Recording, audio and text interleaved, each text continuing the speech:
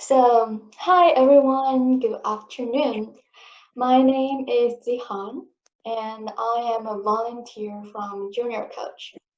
Welcome to our very first Junior Coach Charity Seminar. First, let me do a brief introduction of our organization. Junior Coach is a US-approved nonprofit organization that provides community service opportunities to high school students. Since we established 2 years ago, our passionate high school and college volunteers have given over 7,000 free online courses in various subjects to youth of all ages and backgrounds. So today, we are honored to have Andrew Wang with us. Andrew is admitted to West Point with a full scholarship, and he has been recently awarded the Scholastic All-American title. So let's welcome Andrew with a warm applause. Okay, I will stop sharing my screen. Okay, Andrew, it's your part. You can take it. Yeah. Hello everyone. So like Zahan said, I'm Andrew Wang, and I recently committed to the United States Military Academy, also known as West Point, for swimming, a student athlete, and I also got awarded the Scholastic All-American title. So this is just a brief introduction of everything that was on the flyer. So I am a senior at Dublin High School this year. I recently committed to West Point with a full scholarship. I am top 50 in California for the class of 2021 of all swimmers. In the class of 2021 in California, I'm in the top 2% of all swimmers in the world. I recently swam at World Cup Berlin, and I got the Scholastic All-American title. So a brief introduction of, I guess, first of all, just what this all means. So mainly the Scholastic All-American title. So it's only awarded to about, I think, 1,000 swimmers this year, where it weighs both academics and how fast you are in swimming in general. So due to me being a top 2% swimmer, as well as having a very high GPA, 4.5 cumulative, I was awarded this title, which only 500 male swimmers got this year. So I'll be first going over my student life during my swimming career. So like I said, overall my weighted GPA was 4.5. Some of my notable AP classes were AP Chemistry, AP Statistics, AP Bio, AP Calc AB. I also am currently taking AP Econ and AP Calc BC.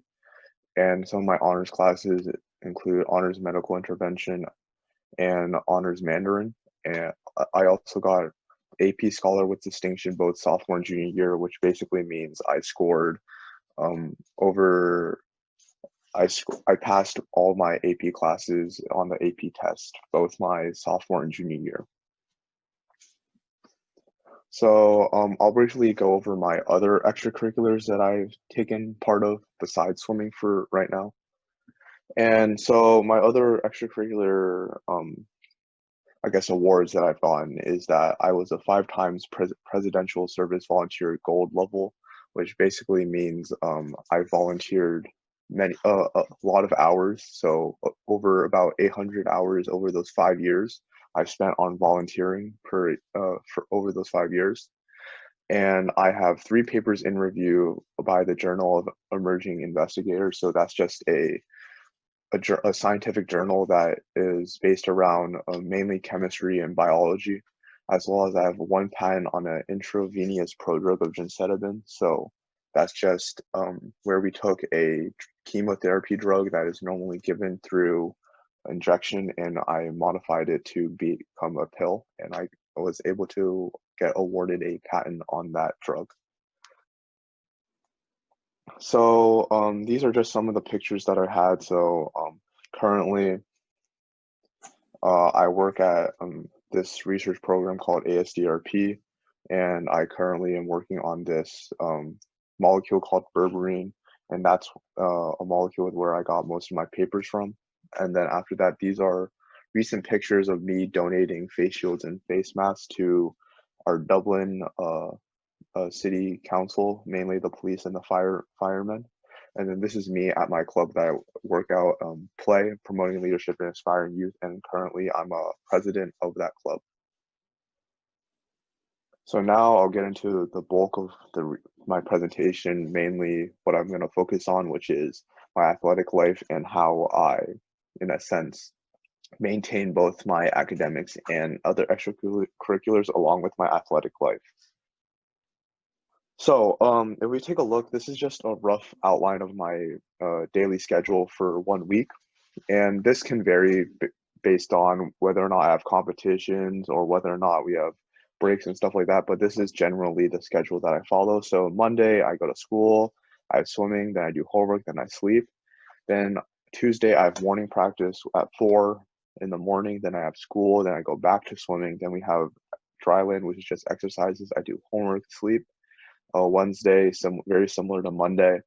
Thursday, Friday are also very similar to Tuesday, and Saturday I still do practice, and then after that I do homework, and then usually Saturday and Sundays where I do the bulk of my volunteering as well as my labbing for my chemistry.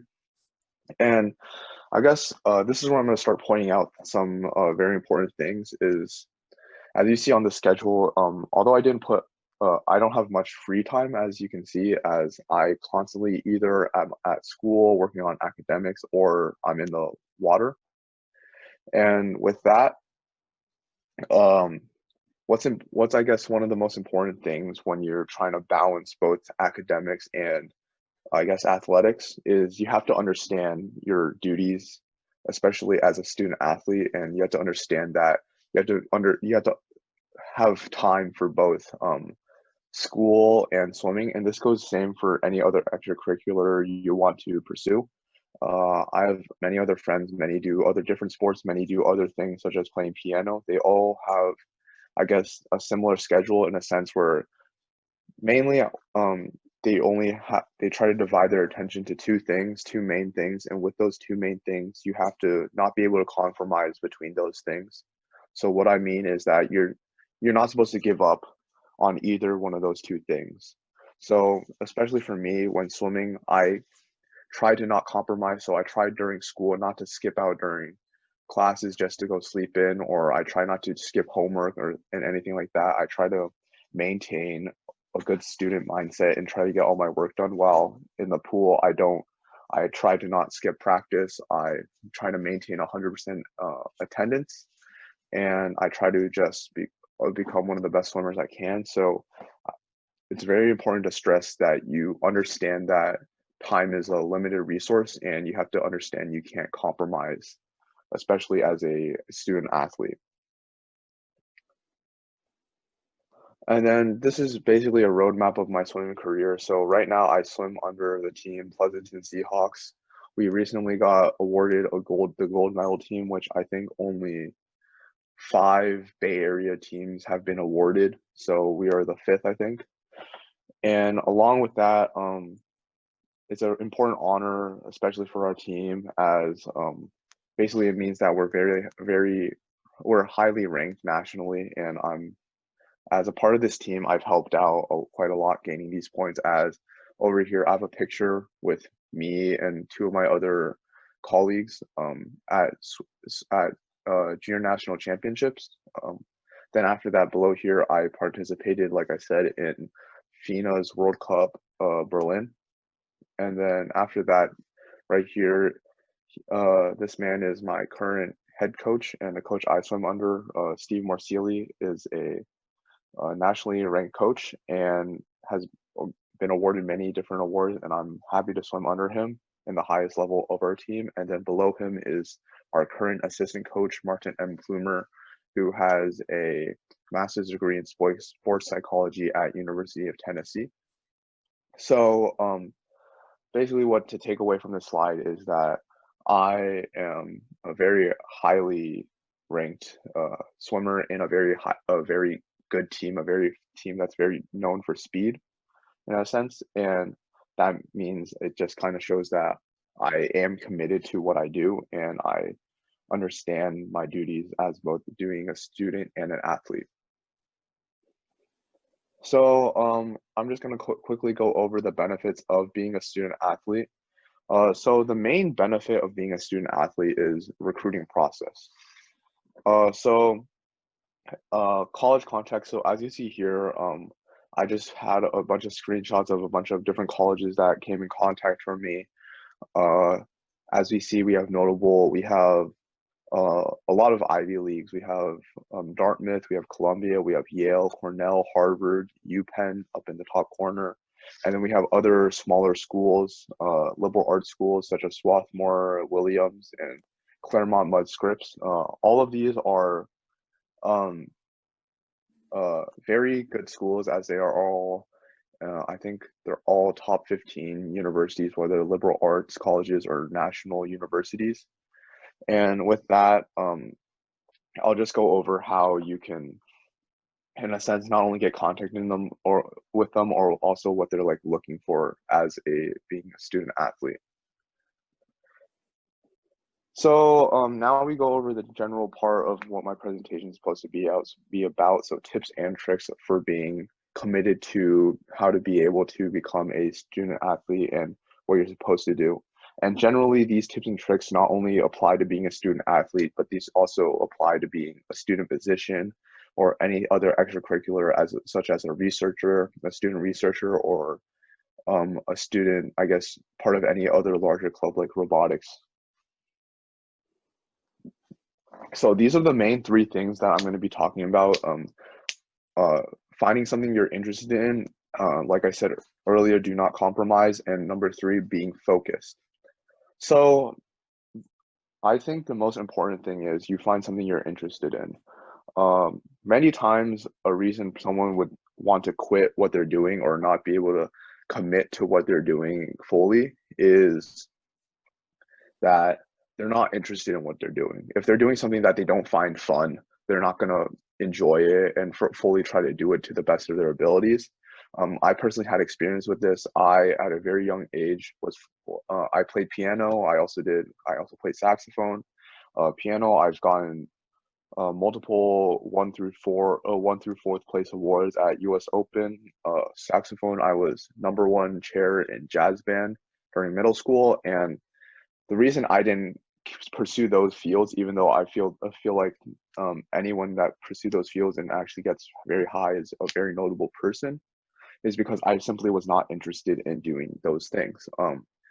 Which is a reason why I guess later I fell off. I wasn't doing that good in piano competitions. I wasn't doing that good playing the saxophone because I just simply was not interested in those things, which is why the main reasons I stuck with swimming and of course school, because school I feel obligated to do so, and I also feel education is important. But I can't stress how important finding something interesting to you is, because if you're not interested, like I said, you'll easily lose focus into what you're doing, and that causes you to compromise, which I'm going to get onto my next point. So do not compromise. So do not compromise and being focused are two very similar things and two very important things.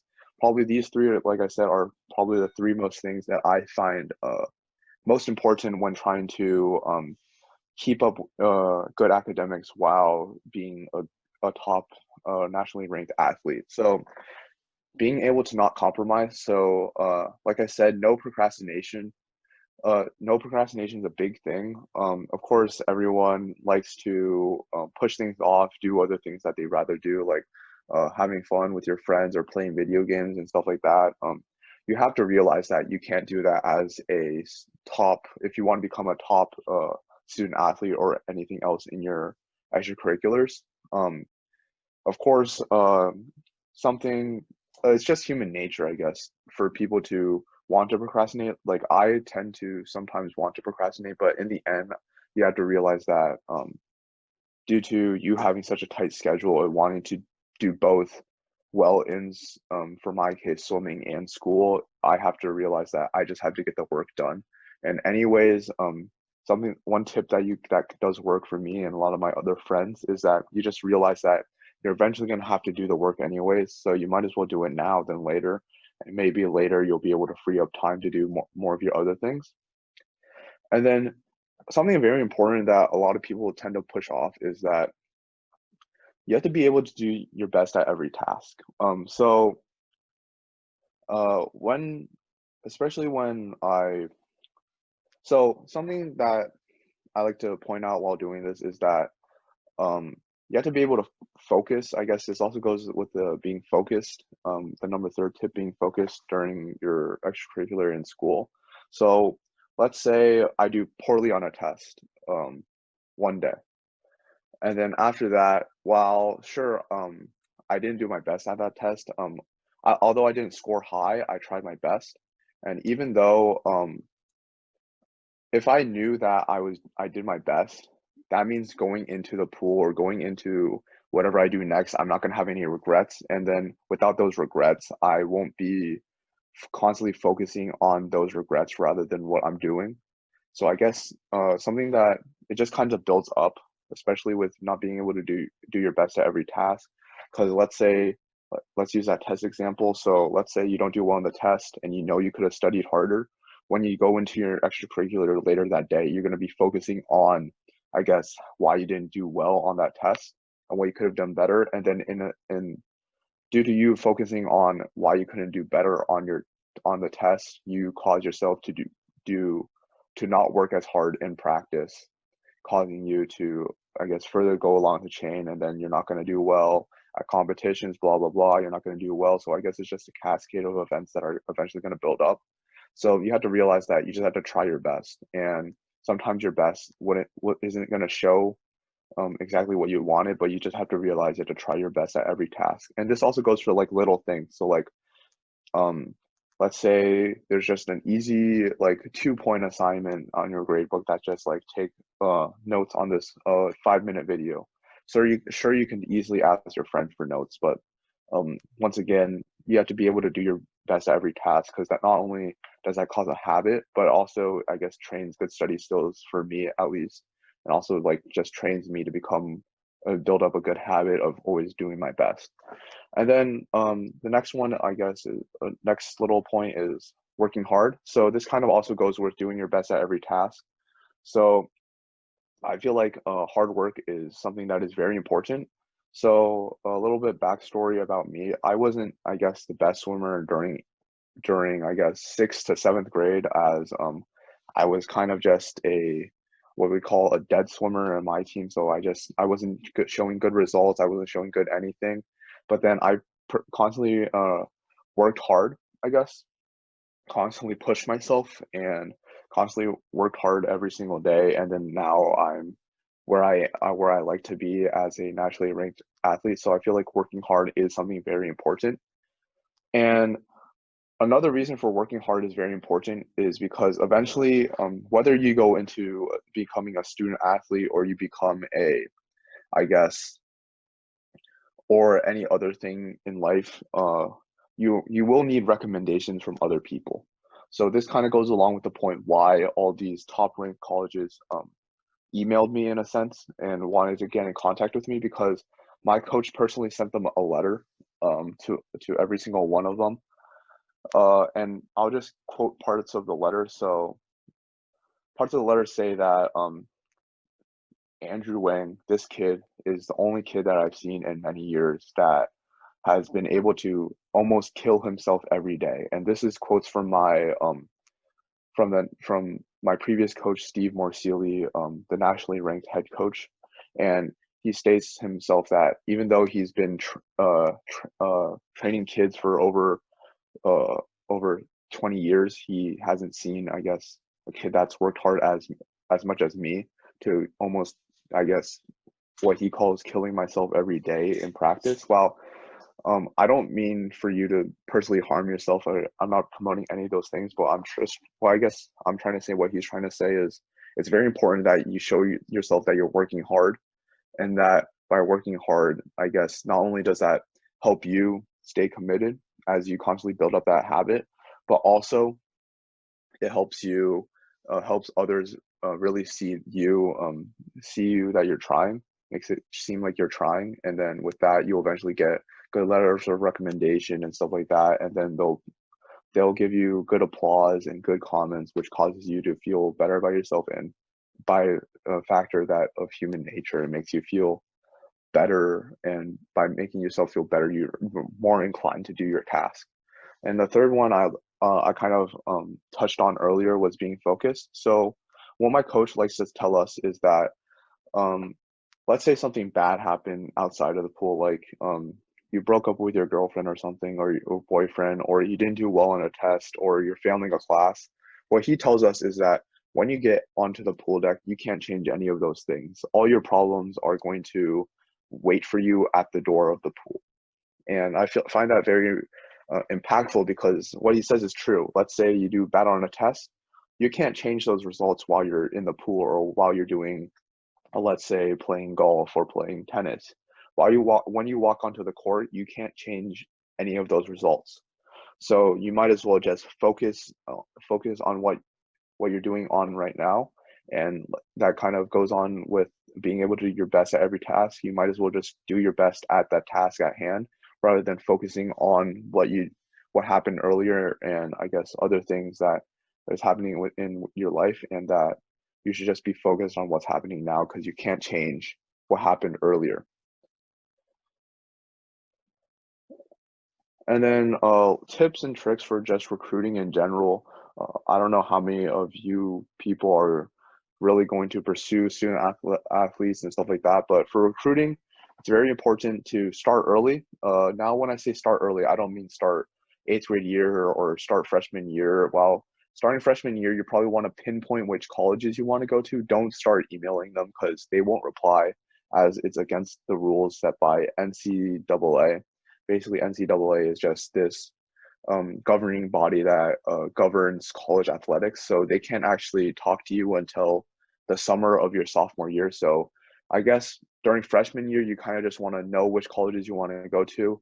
Then after that, during the summer of your sophomore year, if they don't email you, you probably want to email them. And then also by emailing them, they also know that you're interested, and they'll always keep a bookmark on you, which is very important, as many of my other friends wanted to go to these top ranked schools but couldn't, because they just didn't start early, in a sense, and they started very late, and then all the other spots for these schools got filled up and they couldn't go. And like I said, getting in contact is very important, but when you get in contact, you should get in contact with a lot of different schools, at least 20 of them. That's what my coach says, because you don't know, in the end, you might be really stuck onto one school. Like me, at the beginning, I was really stuck on either going to Johns Hopkins or University of Pennsylvania. But towards the end, as I went on these different visits and got to talk to these different people, I realized that those places aren't for me. I didn't really like the environment compared to what I chose West Point, because in a sense, I personally feel like building character is very important, and I feel like that's something that West Point does very well, as they they constantly build leaders, and they stress themselves on building leadership. And I guess a third and final point I have is that you should show your true self. This is pretty important, as college coaches, they've done this for many of years. They don't like seeing people that try to act differently than they are. Just show your true self. It doesn't really matter.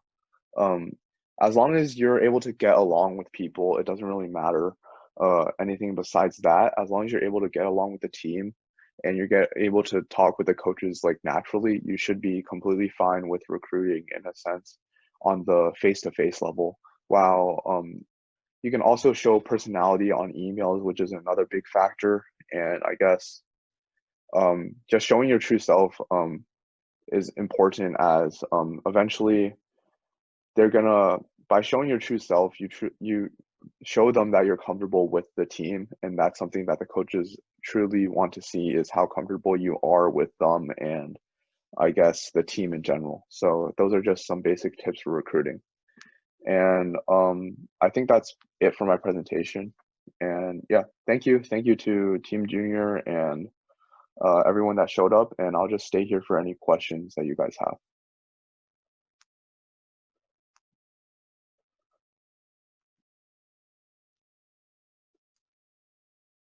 So I see one question, Aaron, how tall are you? Yeah, I don't really care about disclosing my information about height.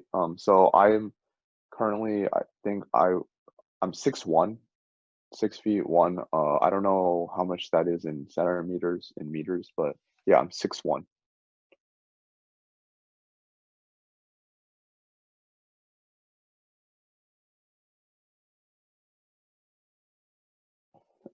So another question is, how did I get reference for going into West Point? Can you be a little bit more specific? Like, um, what do you mean by a reference, I guess? Hi, can you hear me? Yeah. Yeah, I heard if you go to some military school, I mean West Point or Navy Academy, you need a lot of uh, hours, or you need to get a reference or recommendation letter from Or recommendations? Okay. uh, those kind of congressman or even president. How do you handle this? Okay. So going off for West Point, and I guess this also goes along with a lot of different schools. For getting the congressmen, they have an application process that you just follow, and with that, uh, I just did that application, and due to me having so many volunteer experience, while I also balanced both schoolwork to a very high degree, and I was a very good swimmer. They saw me as a very good person to go into college, as I'm able to show a bunch of different, I guess, life skills through like balance, time management, not procrastinating, and stuff like that. So I guess that's one very big thing, especially to them. Volunteering is a very big thing because that's one of the things that you can show that you're committed to your community, which is something that the congressmen like to see. And for other letters of recommendation, I suggest so for the letters of recommendation, I used my coach and I used two different teachers. So my coach, reason I used my coach is because, like I said, so the general thing with getting letters of recommendation is you want to use someone that you assume knows you very well. And due to me spending so much time on the pool and having my coach see me every day, I assumed that my coach would have been a very good letter of recommendation giver to me. And I was right, as he showed the congressman in West Point how much of a hard worker I was, which is something that they really enjoy. Then for my teachers, I chose so generally you want to choose teachers that both um, really like you, as well as teachers that are part of higher classes. So what I chose my AP chemistry teacher as well as my AP biology teacher, and I also got just in case my AP calculus teacher. So I really do like the I really enjoyed being in those classes, and they probably saw the same from me, and they really enjoyed me having around, as they would constantly talk to me. So those are like, you have to look for different signs, I guess. One extra main extracurricular that you have. So for me, that was swimming, combined with school, and then after that, you can have other extracurriculars that you have. Like I had volunteering. I also had I also had research on my side as little smaller extracurriculars that I did, while I mainly focused my time on swimming and school. So I believe multi sports is actually really something hard to do. But if you're able to balance other sports together, that's great for you. But I personally believe that it's not easy to do, and I feel like it's not the right thing to do as a student athlete. It's rather that you find what you're interested in and you stick with that one thing. Someone Okay, so a lot of people are also asking my younger uh about their younger selves and how much like that is important to my younger self for college application. So I'm gonna let you know that. So okay, this is how recruiting works for swimmers. I don't know how it works for any other schools such as basketball, volleyball, or any other sports. So for swimming, what happens is all these colleges, they get to see all your times. Then after that, they make a list of people that are called hits, people that are called um, and then there are other people called maybes. So hits are people that they are going to constantly look after and constantly talk to. Then there are going to be the maybes who they send emails to, but they don't really care whether or not they have replies or not. Then there's second category called dark horse, called underdogs or dark horses. So basically what happens is they don't really care about your middle school experience and stuff like that. It doesn't matter how many young records you have. I started from a very young age. I used to have, I think I had almost all the records during my summer league years and stuff like that. That didn't matter. That doesn't matter. They really only care about your high school career. You can be one of the, you can be one of the worst swimmers during middle school and become one of the a very highly top ranked or like a mid ranked. They rather see self improvement rather than just being a top and then slowly declining and stuff like that.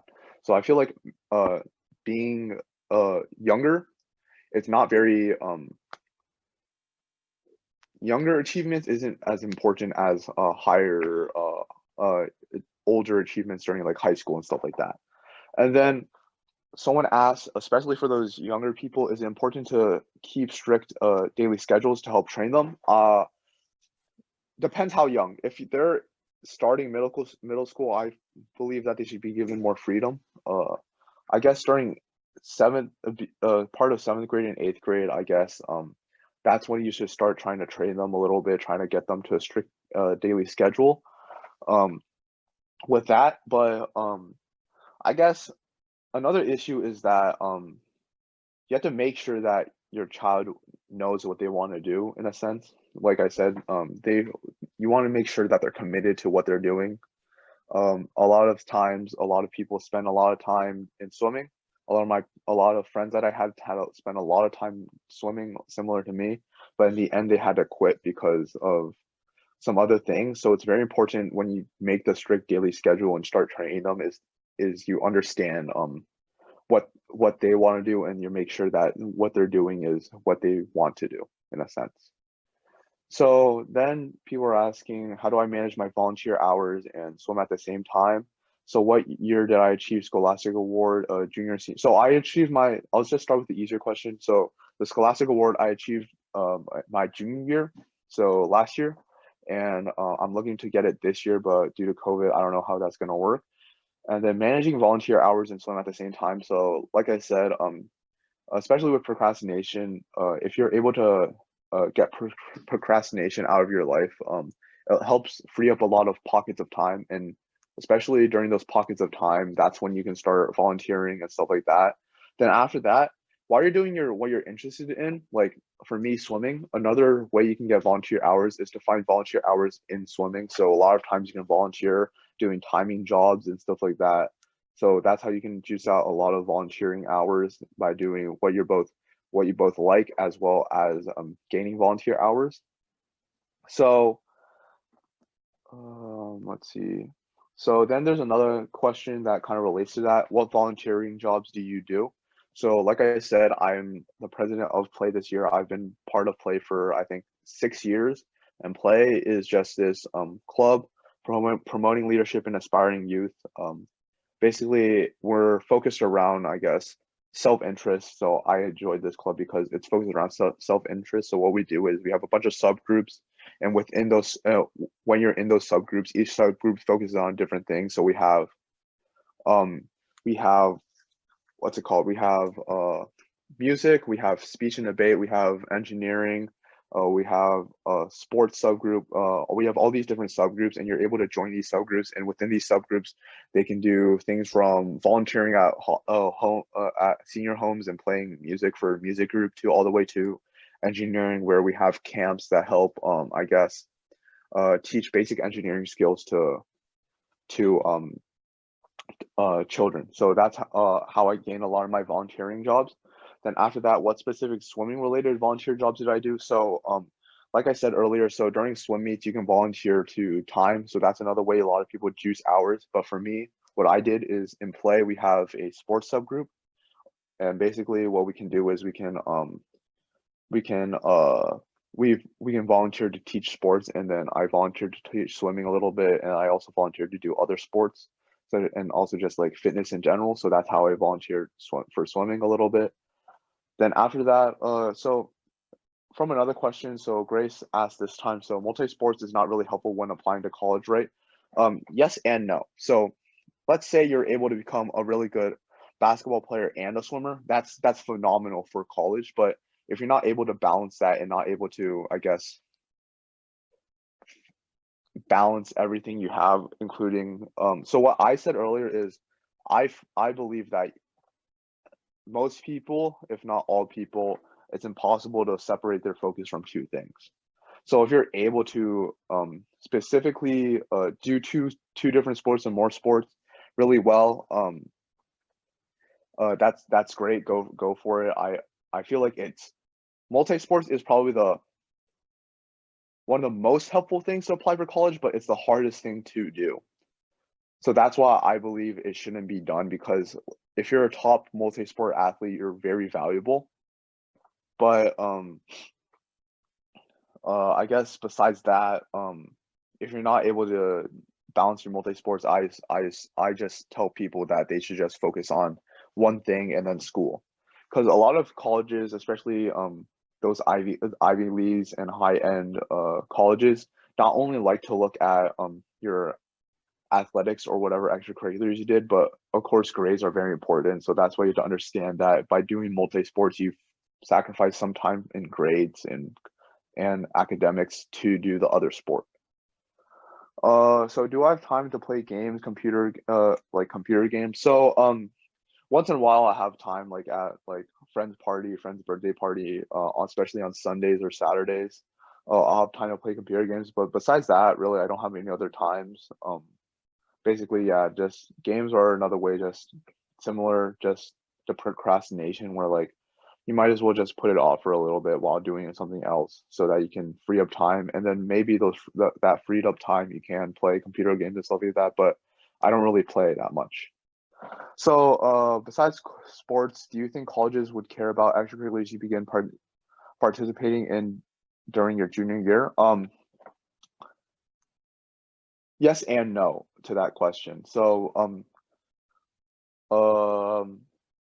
some extracurriculars that you can only do during junior year or like are only tailored to junior year, such as Cosmos is one of them. I know you can start sophomore year, but their main bulk are juniors, and like some researching like opportunities like I did only start junior year. So participating in those activities junior year, I guess, isn't the best thing. Colleges like to see consistency and getting better. So it's very important to start with something and continue it.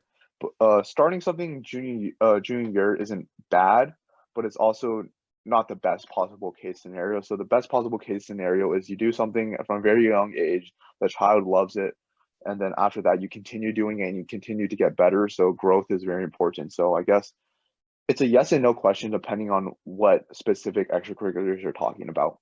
But for most extracurriculars, it's probably not a good idea to do it during junior year.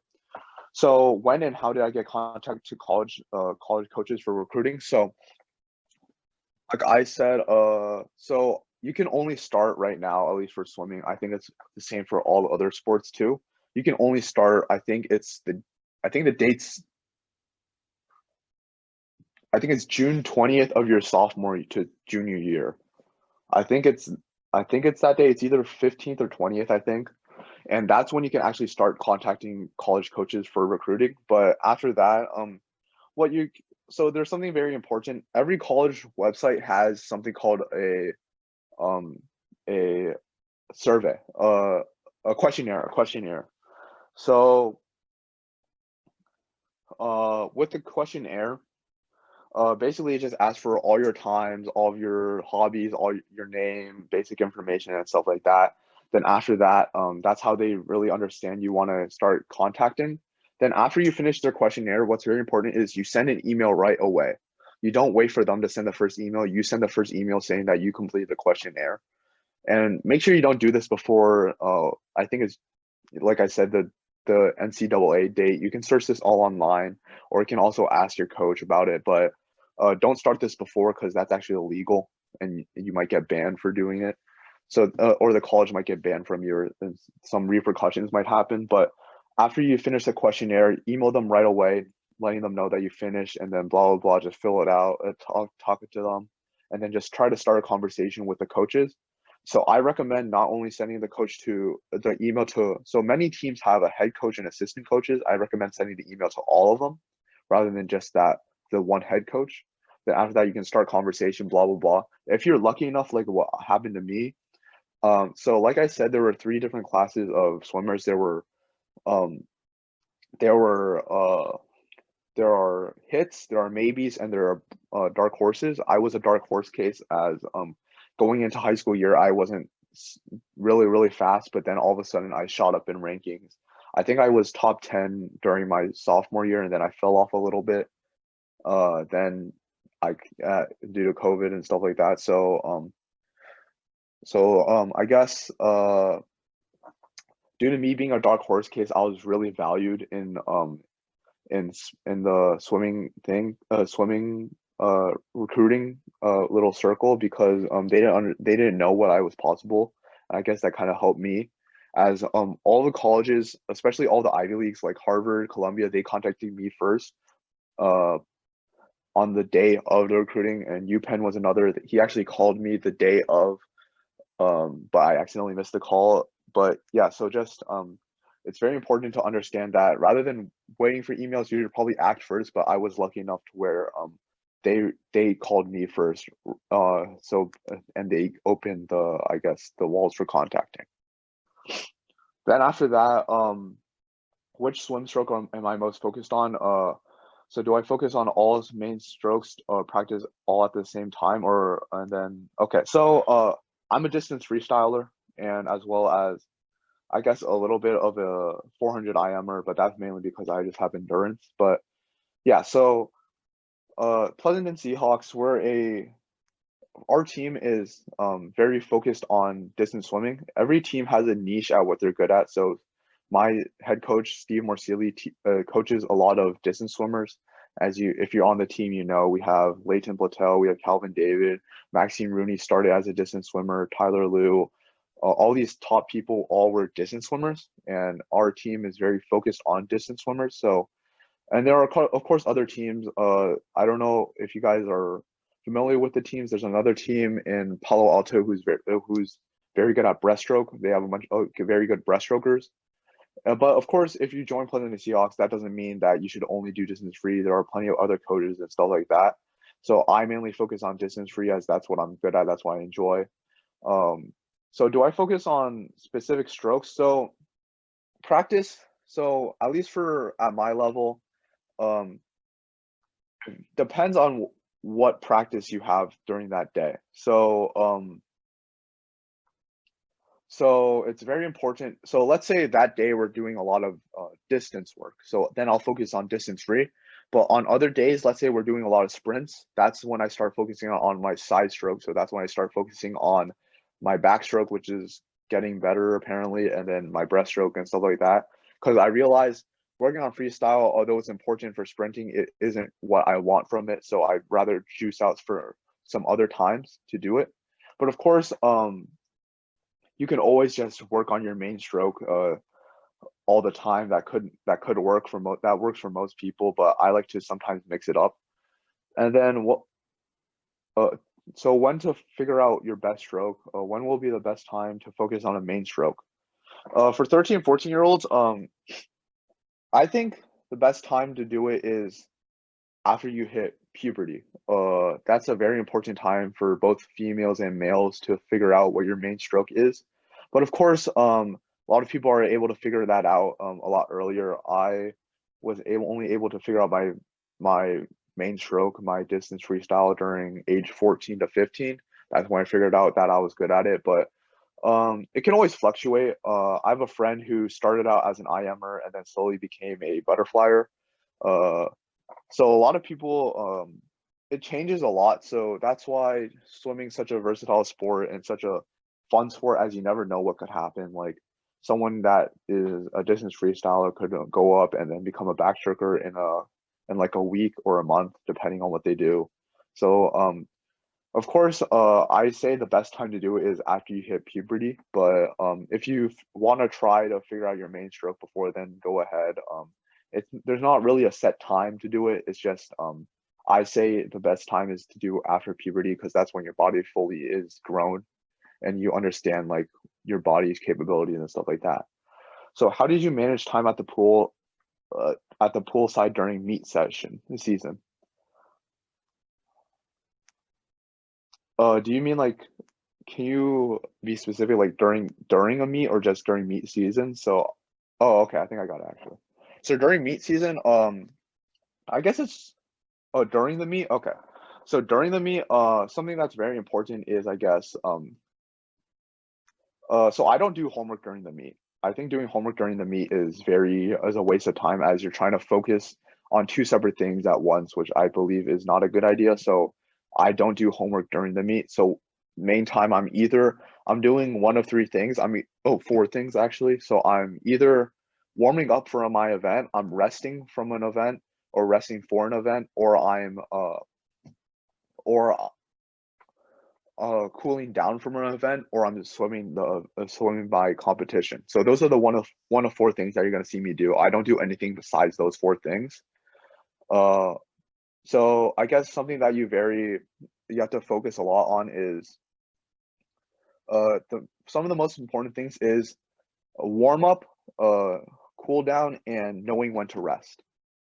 Those are the three most important things to do. So warm up, of course, everyone's different when you should warm up, how much you should warm up. For me personally, I don't like much warm up. I like to just get into the water a little bit right before and swim a little bit. Then after that, then for cool down, warm down, that's the most important thing I find. So I like to kind of do what my coach gives me, which is 4 200s, and then you just mix some fast stuff in. So basically doing that, that's how you warm down. That's how I like to warm down. Finding how to warm up and warm down is very personal and how doing it. And then after that, the last thing, resting is, I find one of the most important things is make sure you have time from warm up to your competition, and from your competition afterwards, like finding those times and stuff like that. How long you should be resting before your race and stuff like that's very important. That's all basically personal experience and how you feel comfortable. And it varies from different races to races. Like for me, sprinting, I like to warm up a little bit more than my distance events, while distance events I like to sit down and rest a little bit longer. Then how did I find my research job? So that's kind of just going out there and just searching the web. So ASERP is a student-led research programs with basically so basically they you just find these opportunities online and then you can apply for them. Cosmos is another example where you can research or do research a bunch of other places, and then ASERP is another example. Cosmos is the most famous one as it's actually university funded, but ASERP is another one where there are advisors who range from California, Cal Berkeley PhD people to Stanford PhD people and University of Texas MD people who help to guide people. So you can just I guess just search these things online and then apply for them. You get in, you don't get in, it's fine and stuff like that. So how much are my parents involved in swimming? So my parents are involved quite a lot, I guess. I guess they're just, I guess, the same amount as normal other parents. They come to my competitions and stuff like that, and they just they watch me swim. Something very important is that they help record my swims and record my, I guess, competition swims. That's very important, especially at a higher level, because you have to understand what you're doing and what you're doing is right or wrong. So I think they're involved like the same amount, I guess. Okay, so can I type some of the name of the research program? So I'll type them. Yeah, yeah, ASDRP is one, and then Cosmos is the other one that I know of. These are two of the bigger ones.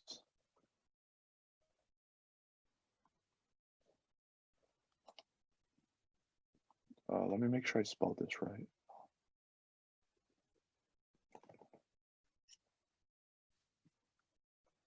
Those are two of the bigger ones that you have to apply for. What are things that my parents do that I think are most helpful during my high school years? I guess some of the things are one thing is that they held a consistent schedule of like when we eat dinner, when we go to sleep and stuff like that. That kind of helps me, especially like having consistent dinner times kind of lets me plan around my day. Something else is that they help push me, I guess, telling me things that I should be doing and stuff like that. Then after that, something very important that I find, and my parents did this actually, although a lot of kids won't agree with this, is that they take my electronics when I go to bed. So they take my phone away from me, they take my computer away from me. I think this is really important. Even though you think you're not going to be able to, the kids aren't going to do it, they might still go on their phone, especially if you have friends who aren't swimmers or aren't doing other things like that. So of course, I feel like taking electronics away from me is something very important. So after that, how many hours per week are you required to practice swimming? How many hours for dryland? What's my weekly routine, for example? What days? So I swim Monday through Saturday. I have morning practices. So I have morning practices on Tuesday, Thursday, Friday, Saturday, and I have evening practices on Monday through Friday. After that, so dryland is about an hour and a half it's an hour and a half on Tuesday, Thursdays, and an hour on Monday, Wednesday, and only half an hour on Friday. After that, swimming. So how many hours? So I think I said roughly 18 hours, I think, per week. After that, my weekly, so then, yeah, I think I went over everything in that question. So special diets, I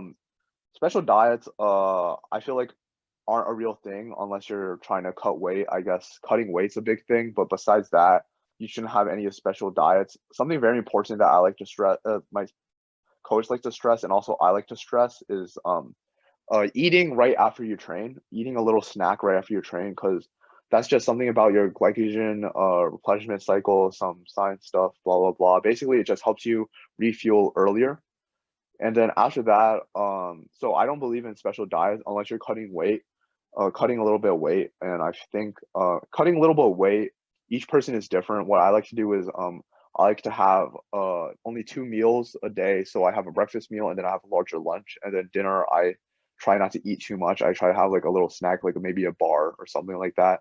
That's how I like to cut weight. But for everyone, it's different, and I don't have any special diets for my training. And for the club I'm training with, like I said, I'm training with Pleasanton Seahawks, so that's a team. Yeah. All right. I'll Sorry. put my email in the chat too if you want it. If anyone wants to contact me. Yeah, cool. I guess it is end of our question session. So here I will share our team contact information. If you guys are interested to join our junior code team, please use this information to contact us. And I think it's the end for today. So thank you, Andrew, for coming with us and giving us such a wonderful presentation. And thank you for all joining us. And it's the end of our seminar today.